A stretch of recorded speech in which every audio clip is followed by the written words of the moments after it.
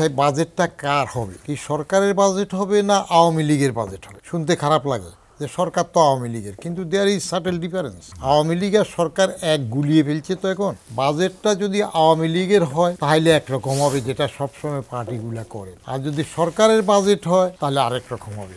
ওই যে ছোট থাকতে নাম রাখছে খোকা, এখন তার কবরে যাওয়ার সময় হইলে তাও তারে খোকাই বলতেছে। এই যে উপজেলা ইলেকশন হচ্ছে, কেউ আসতেছে না, 30 কোথায় একেবারে সর্বনিম্ন 17% ভোটও পড়ছে। তো 17% ভোট কেন হয়েছে? এটা কি সরকারের প্রতি একটা অনাস্থা নয়? এটা সরকার বুঝতে চায় না কেন, যে আমার আমলে ভোটের মধ্যে লোক ভোটে আসতে চায় না, তার কারণটা কি? বদিউর রহমান যেটি হাসান পারভেজ বলছিলেন যে গরিব বান্ধব বাজেট তার প্রত্যাশা, যেখানে আইএমএফ থেকে আমরা লোন করছি বিশ্ব সংস্থার মধ্যে থেকে, সেখানে ভর্তুকির পরিমাণ বাড়ানো কিভাবে সম্ভব? জি ধন্যবাদ। গরিব বান্ধব বা ব্যবসায়ী বান্ধব যেভাবে বলেন, আগে তো আমি একটু ভিন্ন সুরে বলতে চাই, বাজেটটা কার হবে, কি সরকারের বাজেট হবে না আওয়ামী লীগের বাজেট হবে। শুনতে খারাপ লাগে যে সরকার তো আওয়ামী লীগের, কিন্তু দেয়ার ইজ সাটেল ডিফারেন্স।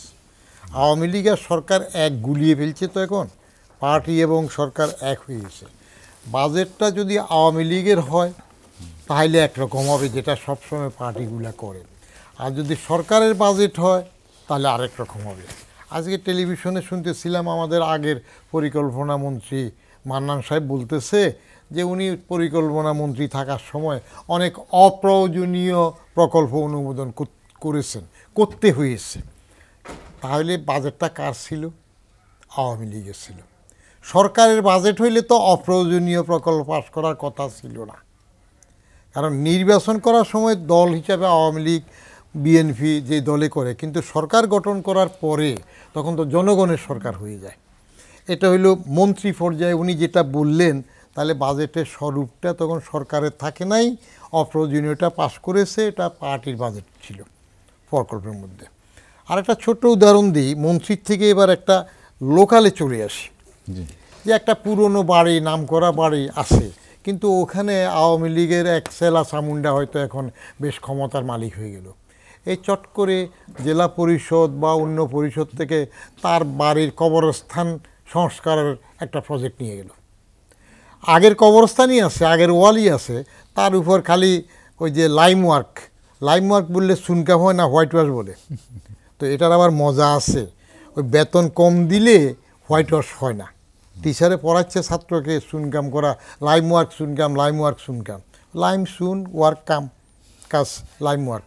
তো ছাত্রের বাবা আসি বলতেছে, আমি সারা জীবন কন্ট্রাক্টরি করলাম, হোয়াইট ওয়াশ হইল চুনকাম, আপনি লাইম ওয়ার্ক। বলে যে আমার যে টাকা দেন এতে হোয়াইট ওয়াশ হয় না, এটা লাইম ওয়ার্কই থাকে। তো ওই সামুন্ডা কী করছে, প্রজেক্ট এনে পুরানো ওয়ালের উপর মেরে পুরো টাকা তার হয়ে গেল। আবার আগের ফাঁকা রাস্তার থেকে সোলিং করা, তার নাম দিয়ে তার বাড়ির সোলিং করা। তাহলে এই গ্রাম পর্যায় পর্যন্ত বাজেটটা কার চলে গেল, কাজগুলো কার হইল, পার্টির হয়ে গেল। তো ডিভারেনশনটা সরকারের বাজেট যদি হয় একরকম হবে, আওয়ামী লীগ হইলে আর এক রকম হয়ে যাবে। গরিব বান্ধব হওয়ার জন্য টাকাটা তো আসতে হবে। সাবসিডি দিলে কে দেবে? সরকার দেবে, কিন্তু সাবসিডির টাকাটা কোথার থেকে আসবে? তাহলে নিজের রেভিনিউ থেকে আসতে হবে। রেভিনিউ জেনারেশন যদি বেশি না হয়, এই টোটা ফাটা ঝাড় ফুকুর, এই যে এখন ঠেকার সময় আইএমএফ থেকে নিচ্ছে, তার প্রেসক্রিপশন মানতেছে, তার প্রেসক্রিপশন অনুযায়ী এটা করবে সেটা করবে। আমি কখনো ওই সময় আমার কাছে যখন আইএমএফের টিম আসছিল, সব 17% গ্রোথ নিয়ে, কথা আগেও একবার বলছিলাম, যে বললো যে তোমার এটা হাইলি অ্যাম্বিশাস হয়ে যায়। আমি বললাম যে বাবা চা খাও, চলে যাও, আমার হাইলি অ্যাম্বিশাস কিনা আমি দেখব। ডোমিনেট করা, ডিকটেট করা, কিন্তু বেকায়দায় পড়ে সরকার সেগুলোর কাছে যাচ্ছে, কথা শুনতে হচ্ছে। নিজের মতো করে নিজে বাজেট করে আগ্রাসী না হয়ে, বেশি ঘাটতি না করে এক নিয়মে আগাতে পারলে কি ভালো হতো না? আপনি গরিব বান্ধব করতে গেলে ডিফারেন্সিয়েট, যেটা ভ্যাটের কথা বললেন, তো ভ্যাটটা আপনি ডিফারেন্সিয়েট করবেন কীভাবে, কার জন্য কীভাবে, সেটা ইনসেন্টিভে আসতে পারে।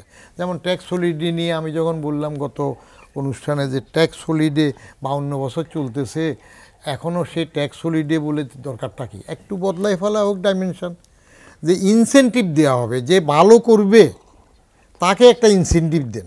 কিন্তু ওগায়রা প্রথমে করলে এরকম ট্যাক্স হলিডে রাখতে হবে, এটা কালকে দেখলাম এক ব্যবসায়ী নেতা বললে যে এটা উঠাই দিলে অসুবিধা হবে। তো কত বছর চলবে? ওই যে ছোট থাকতে নাম রাখছে খোকা, এখন তার কবরে যাওয়ার সময় হইলে তাও তারে খোকাই বলতেছে। এটা সাদেক হোসেন খোকা বললে যে খোকা চা না, খোকাই বলতেছে, অন্য খোকা। একটু পর্যায়ে আসার পরে সরকার যদি মনে করে মান্নান সাহেবের মতো যদি না বলে, তাহলে গরিব বান্ধব করা যাবে।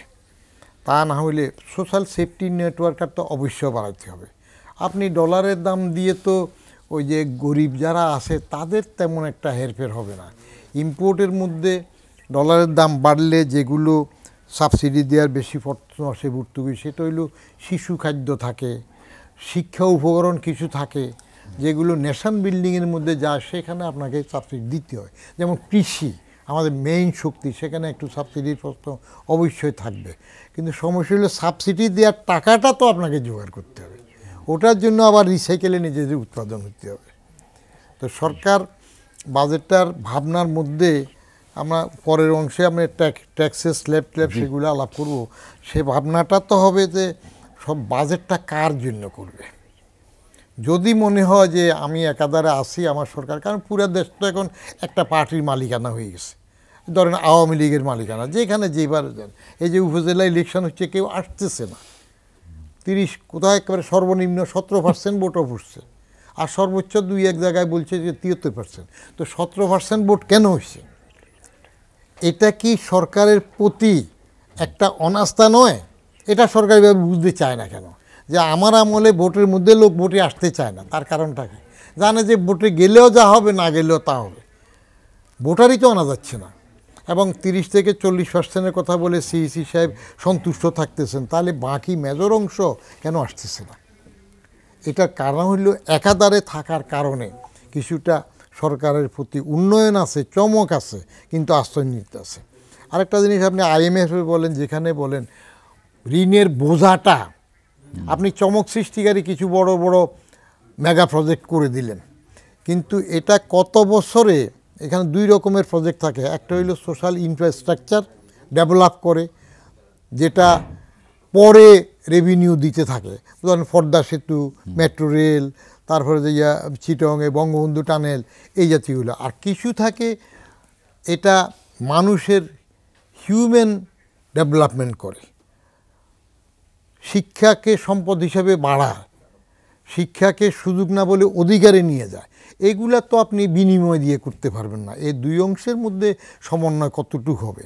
যেটা ঋণ করে দৃশ্যমান করব, সেটা জেনারেশনটা আবার কত হবে, কয় বছরে হবে? আবার সুদ দিতে গিয়ে আমার DSL-এ ডেট সার্ভিস লাইবিলিটিতে কত যাবে?